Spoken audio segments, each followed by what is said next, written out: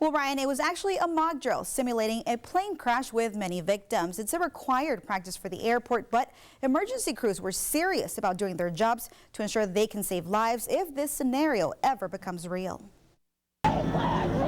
It was a horrific scene, injured people scattered on the ground, burning flames and emergency crews rushing in to help.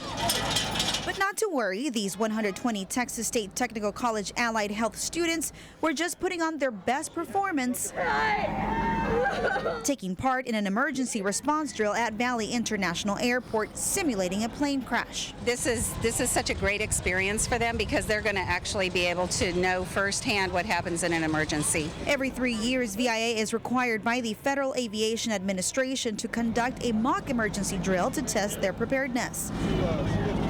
Today, a flood of agencies from across the valley, including fire, police, and health departments, EMTs and ambulance services, and federal agencies took part in the exercise.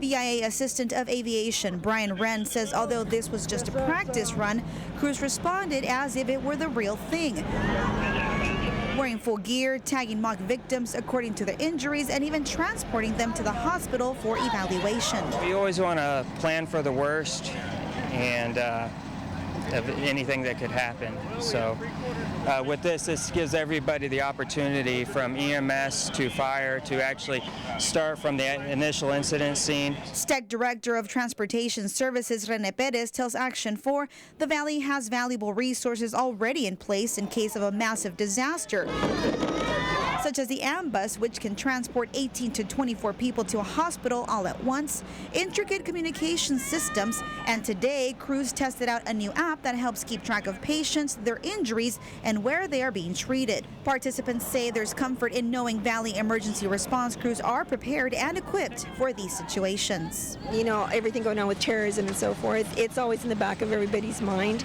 It's something that you don't really want to think would ever happen, but it's really nice that they're doing an exercise like this so that we know, are we really prepared or not?